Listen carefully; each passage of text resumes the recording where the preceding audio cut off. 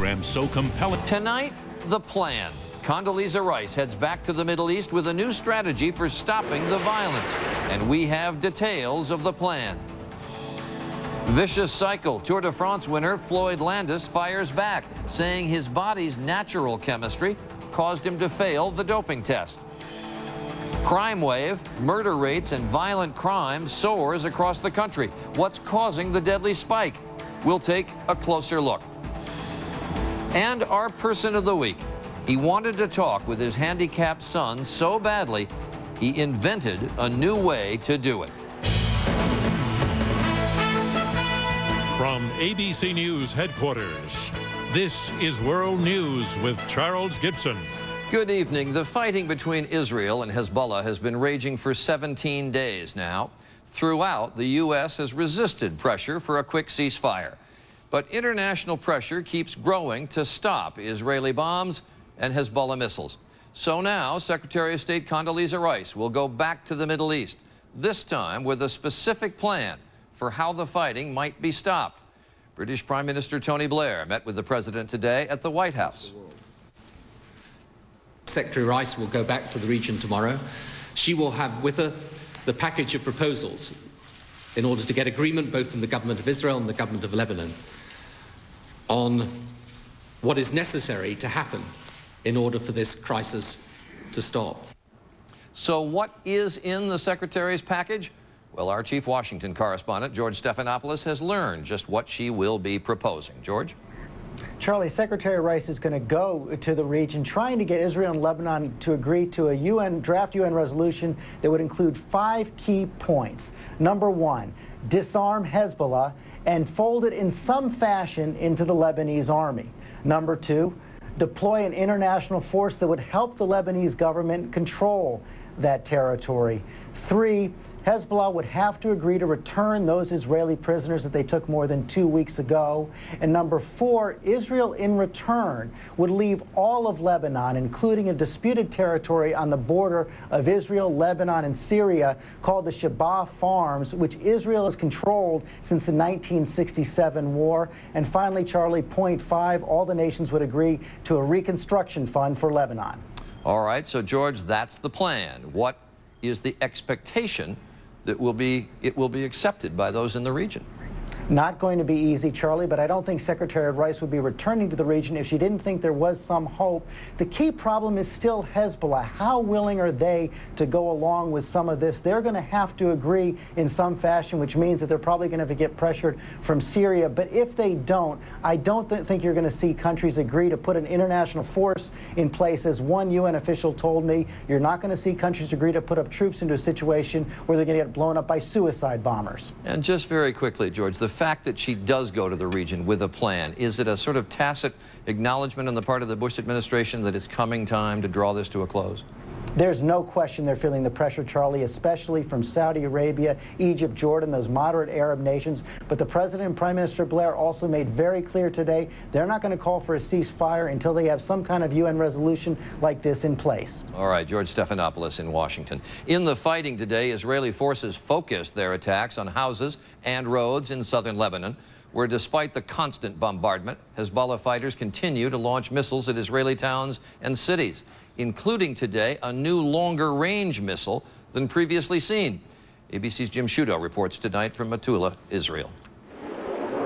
Hezbollah has fired more than 1,500 rockets into Israel so far, but this was a first. Israeli police say the rocket that fell in a forest 30 miles south of the border had a longer range and carried twice the explosives of the more common Katyusha rockets. That rocket and dozens of others each day are being launched from beyond a security zone Israel is attempting to carve out along the border, calling into question how much safer it can make itself by pushing Hezbollah positions back. Israeli officials now say they plan to bomb or bulldoze every home and structure along a half-mile strip extending the length of the border. And you can see off in the distance smoke rising from targets already hit by Israeli artillery. To destroy targets missed from the air, more armored bulldozers are lining up to go into Lebanon. The Israeli government is determined to pursue Hezbollah wherever they are in Lebanon. An opinion poll today found the Israeli public is too. 82% say the war is justified. That includes Israel Harel, whose son Yahir is now fighting in Lebanon. I wish it would not be necessary, but we did not start these things. If there's any question whether international criticism is affecting views here, that poll also found 71% of Israelis believe Israel should hit Lebanon even harder. Charlie? Jim Sciutto reporting again tonight from the Israeli-Lebanese border. The United Nations chief for humanitarian affairs offered a new idea today, suggesting that Israel and Hezbollah stop for just a 3-day pause in the fighting to let relief workers ferry emergency aid into southern Lebanon and to bring civilians out. ABC's David Wright got a first-hand look today at how dangerous it has become for humanitarian workers trying to help civilians in Lebanon. Today, this aid convoy was one of the first to reach Lebanese villages close to the border, a desolate landscape on the receiving end of Israel's guns. But as soon as the convoy stopped, the people appeared. In the village of Ramesh, many have been too scared to leave. Kill men, women, children, everything. After 2 weeks, they're desperate for food and water. This pond is all they have to drink. The villagers have taken refuge in the basement of a church. The jugs of pond water look no more appetizing here. As the convoy headed out, full of refugees, mortar rounds, the convoy was hit. These vehicles were clearly marked. Israeli forces had been informed of this humanitarian mission, but they said they could not guarantee its safety. Mistakes happen in war, but we can't justify the level of mistakes that are taking place in Lebanon. Today we visited one of 6 warehouses where the Lebanese government coordinates the relief effort. The cabinet minister in charge told me they urgently need mattresses, milk, and baby food. We have on the Syrian border 1,000 tons of help that could not get through because they are afraid to be hit on the road. Israel had promised a week ago to open humanitarian corridors, ensuring safe passage for refugees headed out and relief supplies coming in. But today's incident is another example how the humanitarian effort simply isn't safe. And civilians, including aid workers, are caught in the crossfire. David Wright, ABC News, Beirut. The report from the Middle East tonight. Next up, we return to the scandal that has cast a giant shadow over one of the world's premier sporting events, the Tour de France. In his first comments, Floyd Landis seemed to be splitting hairs over whether he did or did not use performance-enhancing drugs in winning the race. Late today, he finally gave a flat declaration. Here's ABC's Nancy Weiner. It took Floyd Landis 24 hours and several awkward denials. I'm not in any doping process. Until finally, this afternoon, he flatly stated he had never used performance-enhancing drugs. Absolutely not. Landis did not dispute the results of the drug test. Instead, the 30-year-old claimed his testosterone levels have been naturally high his entire life. The levels I have had during the tour and all my career are absolutely natural and produced by my own organism. Doctors say there is a problem with Landis's argument. If his testosterone levels are naturally elevated, why did he only fail 1 out of 7 tests? The one given after his stunning comeback on stage 17. All his TE ratios over the past testing period all should really have represented elevations. Doesn't fluctuate from day to day. Landis's title and his reputation are riding on the results of a backup test. Some say the image of the entire sport is on the line. Of all the international sports that that we look at, that we follow, of every international sport, cycling probably has the worst reputation. Today, 7-time Tour de France champion Lance Armstrong had this advice for his former teammate. I know what it's like to be accused of things, and my suggestion to Floyd would be, if you're innocent, if you believe you're innocent, then you stand up and fight for it. Landis says he is willing to undergo additional testing to prove he didn't cheat. I'm confident as ever, and I'm proud of the fact that I won the tour because I was the strongest guy there.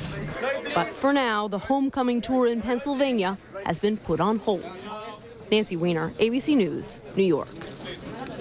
And the 7-time Tour de France winner, Lance Armstrong, will be a guest on This Week with George Stephanopoulos this coming Sunday. There is a late-breaking story tonight. For that, we're going to go to ABC's Martin Bashir. There's breaking news from Seattle, a disturbing act of violence at a Jewish community center in Seattle. Police are reporting 1 killed and 5 to 6 wounded by gunshots Friday afternoon at the Jewish Federation of Greater Seattle. At this time, police report there's 1 suspect in custody. The victim's injuries are not immediately known, but there are reports that at least 2 were shot in the stomach. 1 witness reports hearing at least 4 gunshots.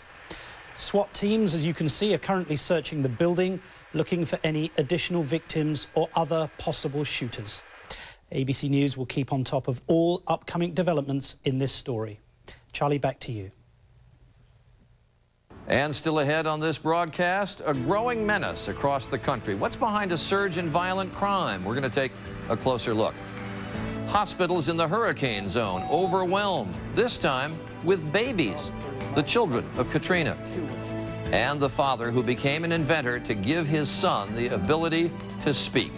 And he is our person of the week. Catch that! No sweat! When you sweat, mosquitoes just can't resist you. But Off Active is sweat resistant. It gives you proven off protection when you sweat. Protection against mosquitoes that may carry the West Nile virus. Sweat-resistant Off Active keeps bugs off, even when you sweat. S.C. Johnson, a family company. Tonight, the night to switch to Polident Overnight. Unlike Efferdent, Polident has a unique overnight formula. It deep cleans all night long. Switch tonight to Polident Overnight. My kids call me the finisher. Finish up in there. Okay. Finish your homework? Yes. Finish your vegetables. Something I thought I was finished with? Managing my acid reflux disease. I thought it was just bad heartburn, but my doctor said over time, stomach acid was damaging the lining of my esophagus. She prescribed Nexium, said I needed more than heartburn relief. My esophagus needed repair. 1 prescription Nexium pill a day not only relieves my heartburn, it healed erosions in my esophagus. So I don't just feel better, I am better. And with the Purple Plus program, I get advice on nutrition, exercise, even ways to save on Nexium. My doctor did say headache, diarrhea, and abdominal pain could be side effects of Nexium, and other serious stomach conditions may still exist. Talk to your doctor about the healing Purple Pill. I tell him you shouldn't do anything halfway. Let's finish up. If you're without prescription coverage and can't afford your medication, AstraZeneca may be able to help. Single white female enjoys shopping, long walks, and cuddling. You marry me. Investing with someone you've never met doesn't make much sense either. That's why Edward Jones opens local offices, so you can invest with someone you know.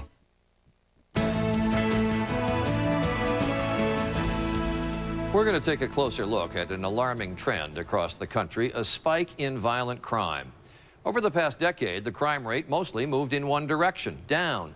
But last year and this year as well, violent crime is up. And much of the increase is in large cities. Many of the crimes committed by young people, killing one another. It is a problem from Boston to Seattle and in many cities in between. Here's ABC's Pierre Thomas. In Philadelphia, there have been 226 murders in the first 7 months of this year alone. Last night, the mayor went on live television with an urgent appeal to the city's youth. You are the future of this city. Lay down your weapons. Do it now. Philadelphia is far from alone. Across the nation, violence has been surging. In the Seattle area, 9 people have been murdered in 9 days. In Phoenix, 2 serial killers have left residents terrified. In Newark, New Jersey, through mid-July, murders jumped 9% compared to last year. We have to, as a city, invest far more in productive activities for our kids. Here in the nation's capital, a crime emergency was declared after a murder a day for 15 days. 40% of all the people we arrest for robbery are juveniles in the District of Columbia. So it's a huge problem for us. A common thread, teenagers with easy access to guns. A gun in the hands of a teenager is a very deadly combination. Kids tend to be trigger happy.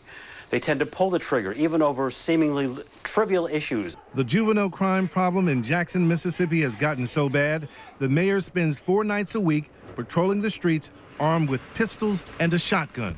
We got a problem in Jackson. What message are you hoping to send tonight? That I'm not playing, that I'm going to do whatever I can to help. Across the country, funds for after-school programs have been systematically cut. Gangs are flourishing, and more violent offenders are getting out of prison. All this as the number of police on the nation's streets declined by 8% from 2000 to 2004. But the choice is ours, either pay for the programs now or pray for the victims later. For so many, it's already too late. Pierre Thomas, ABC News, Washington. Our closer look for tonight. When we come back, repopulating New Orleans after Hurricane Katrina, and doing it one baby at a time.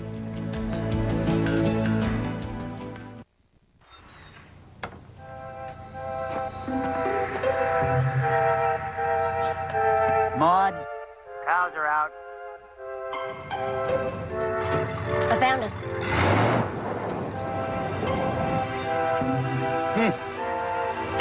I'll take it from here. Things are easier to find when they're stuck together. New Gladware interlocking lids lock together so you always know where they are. For lids that are easy to find, get Glad. I learned a lot when I found out I had high blood pressure, but I didn't know it could lead to erectile dysfunction. Having diabetes changed my life, but I didn't know it could lead to ED. Guys should know that having certain health conditions like high blood pressure or diabetes may lead to ED, and that Levitra can help. Doctors know Levitra works for men with ED, even those with high blood pressure or diabetes. Levitra is only for men healthy enough for sexual activity. If you have heart problems or are on alpha blocker therapy, talk to your doctor before taking Levitra. Do not take Levitra if you take nitrates for chest pains, as this may cause an unsafe drop in blood pressure. Side effects may include headache, flushing and stuffy or runny nose. To avoid long-term injury, seek immediate medical help if you experience an erection lasting longer than 4 hours. If you have any sudden decrease in vision, stop taking Levitra and call your doctor right away. Imagine what Levitra can do for you. Talk to your doctor. The more you know about ED, the more you'll want to know about Levitra. My name is Andrea Heisler, and this is my story. I facilitate communication between two people who can't normally communicate. I started having joint pain in my wrist. I would avoid certain signs like last night would hurt my wrist. I took some Aleve. I could actually move my wrist. The one cool thing about my job is everyone's always happy to see me. Aleve worked great.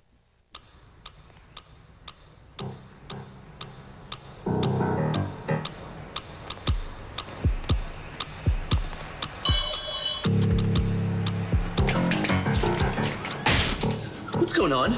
It's Dreyer's slow churned light ice cream. Tastes just like regular. Dreyer's slow churned, incredibly rich and creamy. How much did we order? Same great ingredients, revolutionary process. One day, all ice cream will be made this way.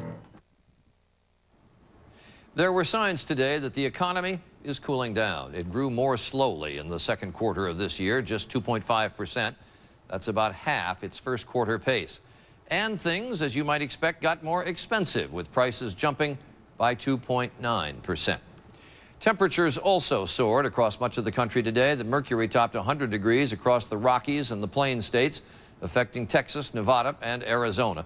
But there was also brutal heat in Montana, Idaho, and Oregon.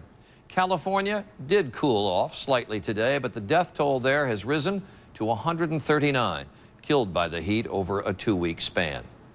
Hurricane Katrina left New Orleans in shambles and emptied it of hundreds of thousands of people. The city population significantly decreased after Katrina, but the population is beginning to inch back up, not only because some of those who left are coming home, but also because those who stayed close. ABC's Mike Von Fremd reports. Hospitals in New Orleans are overwhelmed once again. We have been so busy that we've had to expand into another whole department and take over the cardiologist floor. Instead of Katrina victims coming in for care, this time it's a flood of mothers giving birth. The baby boom is occurring. The numbers are staggering. The population of New Orleans has been cut in half, but the birth rate here has soared more than 30%. Dakota Dobson is the 26th baby admitted to a neonatology ward that's supposed to care for a maximum of 20. How come you have a Dakota now? No cable. No cable, electricity was out. The math is simple. Just over 9 months ago, families were suffering through the agonizing aftermath of Hurricane Katrina. Honestly, the electricity and the cable was out. And one thing led to another. And we have this bundle of joy. Ralph Tankersley now gets to cuddle baby Aubrey. Rebecca Doss just gave birth to twins, Skylar and Tyler. I guess this is what happens when you don't have electricity. Doctors also say there was a crisis in filling prescriptions. And the fact that you don't know where your doctors are and you can't get your birth control pills refilled, I think that all has a lot to do with this. Delivery room nurses say this is an exciting, exhausting, and emotional time. It's nice to see all the babies. It's sad to see a lot of them going home to the FEMA trailers. 1-week-old Dakota Dobson just went home to her nursery, crowded into a FEMA trailer. She's finally home. Mom and Dad say Dakota will be in a real home by her first birthday. And it now seems that Mother Nature is repopulating the Crescent City on her own. Mike Von Fremd, ABC News, New Orleans. There was no electricity, but there was electricity. When we come back, a son robbed of his voice and a father who found a way to get it back. Our Person of the Week. World News with Charles Gibson and Person of the Week. Brought to you by Walmart.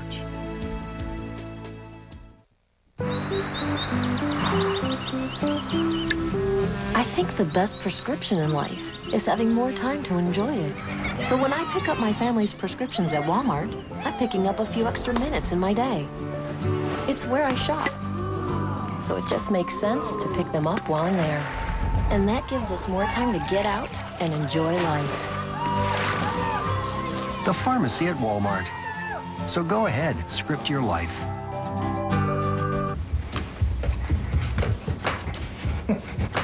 What are you doing?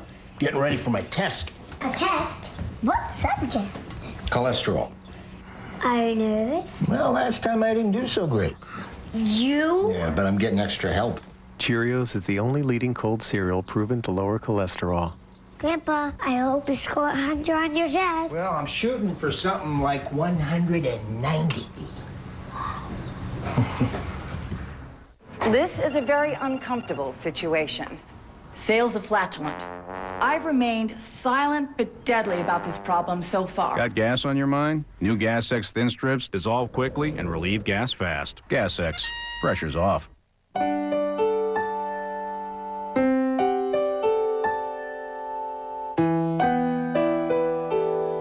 Ask your doctor about Ambien CR, the latest Ambien. Then call for your 7-day free trial offer.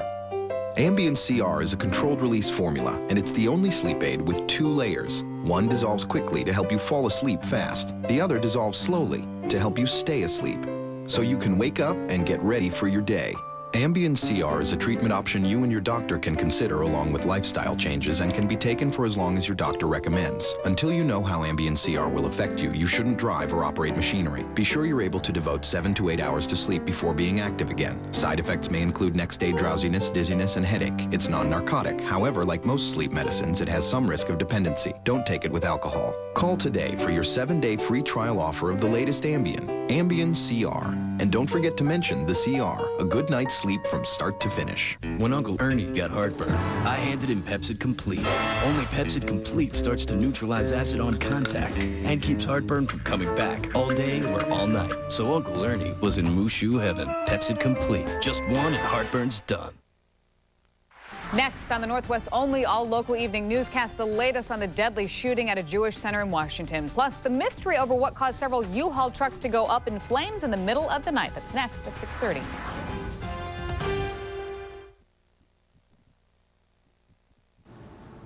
Finally tonight, our person of the week. There probably isn't a parent out there who hasn't had trouble communicating with their child at some point. But imagine if it were a daily challenge, even an impossibility. Then you can begin to appreciate the challenge that faced one father and how extraordinary was his solution. There's so much going on in his head. Thomas sees everything, he observes everything, he's aware of everything. Thomas Ellenson has cerebral palsy. This 8-year-old is right on course academically with his fellow about-to-be third graders, but he's verbally limited. Thomas can say yes and no, but not much more, which doesn't mean there's nothing going on in his head or in his heart. You are living the same life that everybody else is. You're just maybe not commenting as much, you're not expressing as much, and people should never mistake that for not understanding as much. Thomas was trained to use a traditional speaking device, but it was tedious to express thoughts one word at a time, and he gave it up. His dad, a successful advertising man, thought he had a better idea. What became important to me was to try to come up with ways for kids to communicate quickly, to quickly tell you what they're interested in, to quickly tell you they're happy, they're unhappy. Richard devoted his energies to creating a kid-friendly form of speech technology he named Tango. The gadget pre-records a wide variety of colorful pictures and symbols depicting commonly used actions, questions, and emotions. You cheated. I cheated? How? So Thomas can quickly select a thought, and the little computer will speak it for him, in a voice much like his own. Let me do it. When you listen to a robotic voice, it is harder to remember what I am saying to you right now because there is no beat, there is no cadence. If I'm talking to you like this again, you're inside my emotions, you're following me. It's a handy way for an 8-year-old to express unwieldy emotions as well. It's embarrassing. It's embarrassing to dance? The Ellensons made sure that Thomas has a full range of expression at his fingertips. He can go into a mode with one push of a button and change that from a regular voice to a whine or a shout or a whisper. Please get that for me. There will be a lot of things on voice output devices that you'll want to delete because later we have to add, I hate you, Mom. We've already added Dad, you're bugging me, which is one that he loves to hit. You would love to delete all those, but you would love to delete them on your typical kids too, and you don't have that choice. Here's how the Ellensons get ready for a baseball game, recording customized cheers in a human voice. Let's go Cyclones! At the stadium, no one sees a kid stuck in a wheelchair. He's just one of the guys hollering for his team his way. If there's one thing that I want to change in the world, it's to assume that someone in a wheelchair has a headline over their head which does not say my life is difficult, but which says my life is interesting, my life is fun, and in some cases my life is triumphant. And so we choose Richard Ellenson and his son Thomas. Richard says he hopes his invention, Tango, will soon give the hundreds of thousands of Americans who need help speaking new voices of their own. And that is World News for this Friday. I'm Charles Gibson. For all of us at ABC News, good night.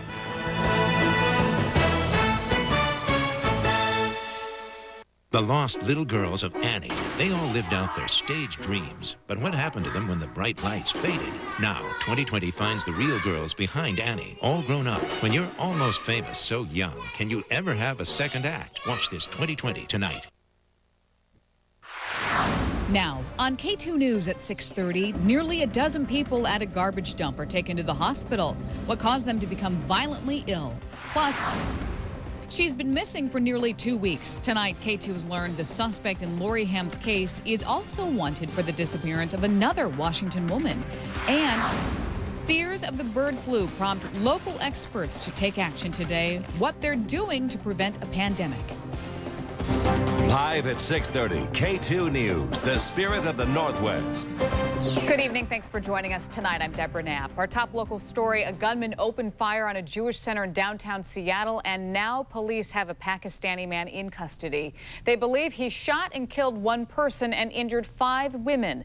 There are Several people in critical condition. This happened around 4 o'clock this afternoon. Witnesses say the man walked into the Jewish center, said he was Muslim and upset about the situation in Israel, and then started shooting. Police think the suspect was acting on his own and is not part of a larger terrorist organization. Also tonight, the man police want to talk to in connection with the disappearance of a Longview woman is now the prime suspect in another investigation in Washington, this one for murder.